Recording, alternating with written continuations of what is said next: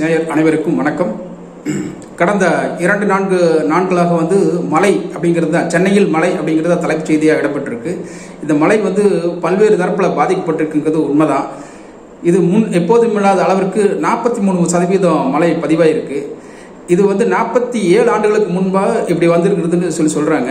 ஆனால் இந்த மழையை எப்படி எதிர்கொண்டது அரசு அப்படிங்கிற ஒரு பக்கம் இருந்தாலும், மக்கள் எப்படி தத்தளிச்சாங்க, அதாவது பேரிடர், இந்த மாதிரி பேரிடர் நடக்கிற போது தவிர்க்க முடியாத சில சம்பவங்கள் நடந்ததாக ஆகும். அதுலேருந்து மக்கள் அப்போதைக்கு சில அனுபவங்களை அனுபவிச்சுதான் ஆகணும். ஏன்னா நாங்கள் அனுபவிச்சுக்கிறோம். அந்த மாதிரி 2015 அஜாக்கிரதையாக இருந்து செம்பர்பாக்கம் ஏரி உடைஞ்சிரும் அப்படிங்கிற ஒரு சூழ்நிலை அன்றைக்கு இருந்த முதலமைச்சர்கிட்ட சொல்லியும் சொல்லாமலும் பயங்கர பயந்து அதுக்குண்டான அது ஒரு விபரீதம் ஏற்பட்டு அந்த தண்ணியெல்லாம் உடஞ்சி ஊருக்குள்ளே போய் நாங்களாம் அந்தளவுக்கு பாதிக்கப்பட்டிருந்தோம். அப்போல்லாம் பார்த்திங்கன்னா மழை கிட்டத்தட்ட 3 அடி அடுக்குமாடி குடியிருப்பு இருக்குச்சுன்னா அதில் கிட்டத்தட்ட ஒரு முதல் மாடி கீழ்த்தளம் ஃபுல்லாகவே நிரப்பி மேல் தளத்துக்கு ஃபஸ்ட்டு ஃப்ளோருக்குள்ளே ஃபுல்லாக வந்துச்சு. அதெல்லாம் பாதிக்கப்பட்டவங்க நாங்கள். அந்தளவுக்கு பார்த்திங்கன்னா நீர் வடிகிறதுக்கு 6 நாள் 7 நாள் எல்லாம் ஆச்சு. ஆனால் இன்றைக்கி இந்த ஸ்டாலின் தலைமையான அரசு மிக துரிதமாக நடவடிக்கை எடுத்தது அப்படின்ற ஆளும் தரப்பிலும் இல்லை எடுக்கலை அப்படின்னு சொல்லிட்டு பாஜக, அதிமுக மற்றும் பிற கட்சிகள் சார்பாகவும் குற்றச்சாட்டு வைக்கிறாங்க. இது எந்த அளவுக்கு உண்மை அப்படிங்கிறது கிட்டத்தட்ட நம்ம நேரடியாக பார்க்குற காட்சிகளே நம்மளுக்கு உதாரணமாக தெரியும். முதல் நாள் பார்த்திங்கன்னா இப்போது நேற்றுலாம் பார்த்திங்க போது அண்ணா சாலை ஃபுல்லாக தண்ணி நிரம்பிடுச்சு. அடுத்த நாள் பார்த்திங்கன்னா ஃபுல்லாக எதுவுமே தண்ணி இல்லை அப்படிங்கிறத காட்டுறாங்க. அதில் நேற்று இன்று அப்படின்னு சொல்லி போட்டு படமே போட்டு காட்டுறாங்க. ஸோ முக்கியமான இடங்களில் பார்த்திங்கன்னா கிட்டத்தட்ட டி நகர், சேப்பாக்கம், பிராட்வே, அண்ணா சாலை, மயிலாப்பூர், பட்டினப்பாக்கம், இந்த ஏரியாலாம் பார்த்திங்கன்னா கிட்டத்தட்ட உடனுக்குடனே முன்னாடி இருக்கிற பிரதான சாலைகள் எல்லாமே உடனே அதெல்லாம் வடிஞ்சிருச்சு அப்படின்னு தான் சொல்லணும். கிட்டத்தட்ட சென்னையில் 200 வார்டு இருக்குது. 200 வார்டுமே மீண்டுச்சு அப்படின்னு சொல்ல முடியாது. ஆனால் கிட்டத்தட்ட ஒரு பாதிக்கு மேலே உடனடியாக நிவாரணமாக, அதாவது தண்ணி வடிஞ்சு ஒரு நடவடிக்கை எடுத்தாங்க.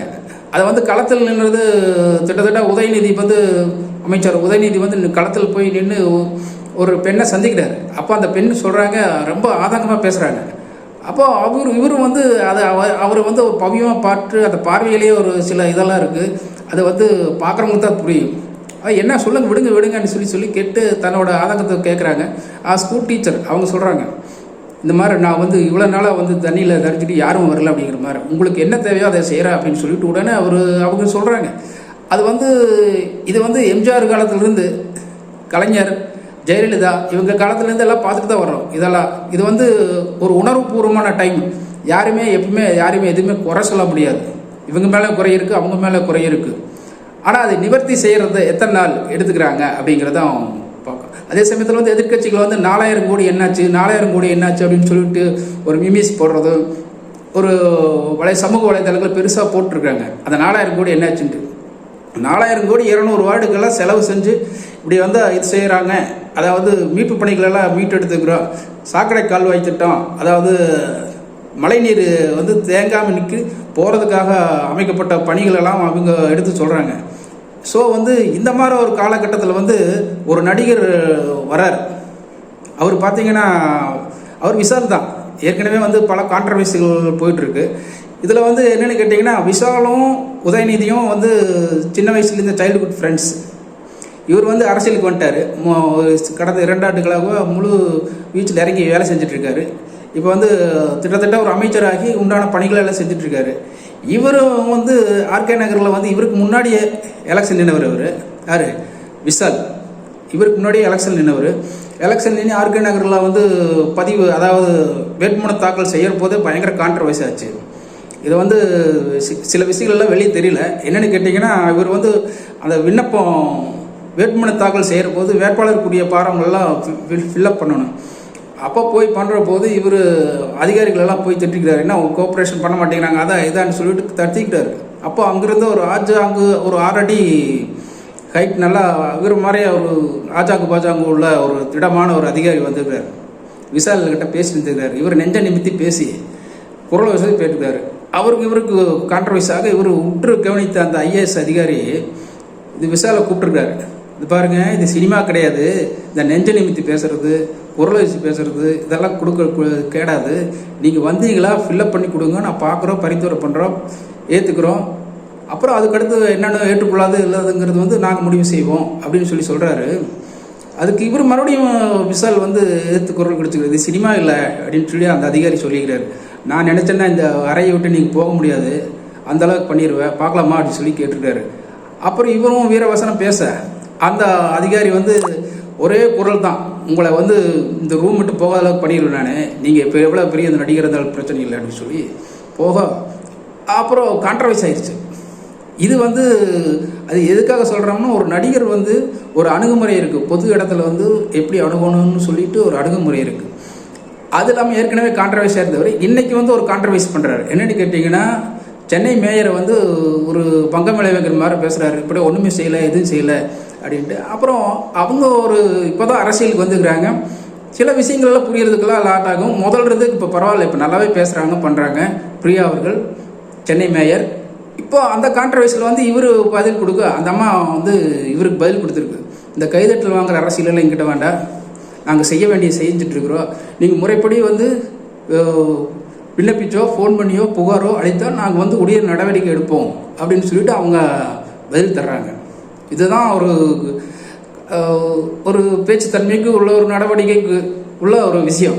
இந்த நேரத்தில் வந்து இவர் அரசியல் பண்ணுறதுக்காக இதுக்கப்புறம் என்ன பண்ணுறாரு, பிஜேபி சேர்ந்த ஒரு அமர் சிங் ரெட்டி அவர்கள் ஏற்கனவே வந்து இப்போ தான் ஜாமீன் வந்திருக்காருன்னு நினைக்கிறேன். அவர் ஏதோ அவருக்கு குரல் கொடுக்குற மாதிரி ஒரு பேசிக்கிறாரு, அவருக்கு சப்போர்ட் பண்ணுற மாதிரி, நாங்களாம் பார்த்துட்டு சும்மா இருக்க மாட்டோம் அப்படின்னு சொல்லிட்டு. இது வந்து இயற்கை சீற்றம் இதுக்கெல்லாம் போயிட்டுருக்கிற சூழ்நிலையில் இப்போ வந்து ஒரு அரசியல் பண்ணணுன்ட்டே பண்ணக்கூடாது, இது வந்து ஏற்றுக்கொள்ளக்கூடியதில்லை. அதாவது இந்த நேரத்தில் வந்து மக்கள் எல்லா விதத்திலும் பாதிக்கப்பட்டிருக்காங்க. மின்சாரம் இல்லை, பால் இல்லை, கஷ்டமாக இருக்குது, வெளியே சாப்பாடு சரியாக கிடைக்கல, 3 நாள் ஆச்சு சாப்பிட்டு, வெளியே போக முடியல, ஃபோன் இல்லை, சார்ஜர் போட முடியல, இந்த மாதிரி பிரச்சனைகள்லாம் போயிட்டுருக்கிற போது இப்படி ஒரு புது பிரச்சனையை கிளப்பி அரசியலில் இதுதான் அங்கே சரியான டைம்னு சொல்லிட்டு வந்து இது பண்ணுறாரு. இவருக்கு என்னமோ ஒரு நடிகர் விஷாலுக்கு ஏதோ பிரச்சனை போயிட்டுருக்கு, ஓகே. இப்போ நான் பொதுமக்களுக்காக குரல் கொடுக்குறான்னு சொல்லிட்டு அது வேறு விதமாக கூட பண்ணலாம். ஆனால் இப்படி வந்து அரசியல் ஆக்கணும், அரசியலுக்கு வரணும் அப்படிங்கிற உங்களுக்கு ஆசை இருந்தால் வேறு ஏதோ கட்சியில் சேர்ந்து கூட வரல. அமர் சிங் பிரசாத் ரெட்டிக்கிட்டாரு, பாஜக கூட்டா கூட போயிடுவார், போய் வேறு கூட செய்யலை. ஆனால் இந்த மாதிரி சூழ்நிலையில் வந்து இப்படி ஒரு அரசியல் பண்ணக்கூடாது. ஒரு நடிகர் பொது பொது பொது விஷயத்தில் இருக்கிறவர், ஒரு 5 அறிவு படைத்த ஆள் போல் அறகுறையாக நடந்து கொள்வது இது ஒரு கண்டனத்துக்குரியது தான். இந்த மாதிரி செய்கிறது இந்த நேரத்தில் செய்யக்கூடாது அப்படிங்கிறது தான் நம்மளோட வேண்டுகோள். அதே சமயத்தில் வந்து தாம்பரம் அதை ஒட்டியுள்ள பகுதிகள் எல்லாமே வந்து உங்களுக்கு அதிக அளவில் தண்ணீர் பூந்துருக்கு, இன்னும் தேங்கிட்டு இருக்குது. அதெல்லாம் இன்னும் சரி செய்ய முடியலை, தேங்கிட்டு தான் இருக்குது, இன்னும் வரல, நீர் வடியலை அப்படிங்கிறது பொதுமக்கள் அங்கே ஏற்கனவே நிறையா புகார் கொடுத்துருக்குறாங்க. அது மாதிரி வெள்ளச்சேரிங்கிறது வந்து வேளச்சேரிங்கிறத வெள்ளச்சேரி, அது வெள்ளச்சேரி தான். இப்போது டாக்டர் அன்புமணி சொன்ன மாதிரி பஸ் ஸ்டாண்ட் இருக்கிறது, நீதிமன்றம் இருக்குது, சினிமா தியேட்டர் இருக்கிறது, அரசு அலுவலகம் இருக்கிறது, கலெக்டர் ஆஃபீஸு, இதெல்லாமே கட்டிக்கிறது ஏரி மேலே தான் கட்டிக்கிறாங்க அப்படின்னு சொல்லிட்டு மிக அற்புதமாக சொன்னார் டாக்டர் அன்புமணி அவர்கள். இது வந்து உண்மை.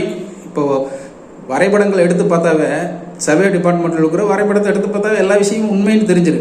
ஸோ வந்து ஏரியில் போய் வீட்டை கட்டிக்கிட்டு ஐயோ மழை வந்துருச்சுன்னு பொதுமக்கள் ஒரு வகையில் சொல்கிறது, அது அவங்க மேலே தான் தப்புன்னு சொல்லணும்.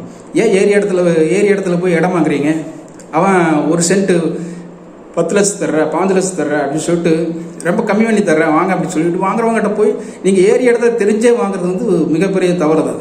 இப்போ எல்லா இடமே ஏரி தான், விவசாய நிலம் தான், இப்போ எங்கேயுமே செய்ய முடியாது. ஸோ வந்து தண்ணி வந்துருச்சுன்னா அது தண்ணி நான் இருக்கிற இடத்துல நீ வந்திருக்க அப்படின்னு சொல்லிட்டு தண்ணி வாய் இருந்தால் சொல்லும். அதனால தான் இப்போ வந்து இயற்கை வந்து எந்த நேரத்துலையுமே எப்பவுமே மனிதனால் போராடி ஜெயிக்க முடியாது. அவ்வளவு சக்தி வாய்ந்தது இயற்கை. அது தீயாக இருந்தாலும் சரி, மழையாக இருந்தாலும் சரி, வெள்ளமாக இருந்தாலும் சரி, புயலாக இருந்தாலும் சரி, இயற்கை தான், செயற்கை தான், மனிதன் தான். ஸோ வந்து இந்த மாதிரி ஒரு சூழ்நிலையில் வந்து இயற்கை நம்ம ஒத்து போகிறதா நல்லது. இயற்கையோட சேர்ந்து நம்ம நிற்கிறதா நம்ம வாழ்வியலுக்கு ஒரு அங்கமாக இருக்குது. இந்த சமயத்தில் வந்து இப்படி ஒரு அரசியலை விஷால் கொண்டு வர்றது ஒரு ஏற்கத்தக்கதெல்லாம். இந்த நேரத்தில் வந்து பொதுமக்களோட நின்று ஒத்துழைப்பு செஞ்சு ஒரு பெரிய நடிகராக இருக்கிறவர், ஏற்கனவே வந்து உதயநிதிக்கு பல பேர் போட்டியாக வர்றாங்க அப்படிங்கிற மாதிரி ஒரு சூழ்நிலையில் நடிகர் விஜய் ஏற்கனவே போட்டியில் இருக்கார் அப்படிங்கிற மாதிரி ஒரு நேரமும் இருக்குது. இந்த செயல்பாடில் வந்து நானும் போட்டிக்கு வந்துடுறேன் அப்படின்னு சொல்லி விஷால் அவர்கள் வந்திருக்காரு.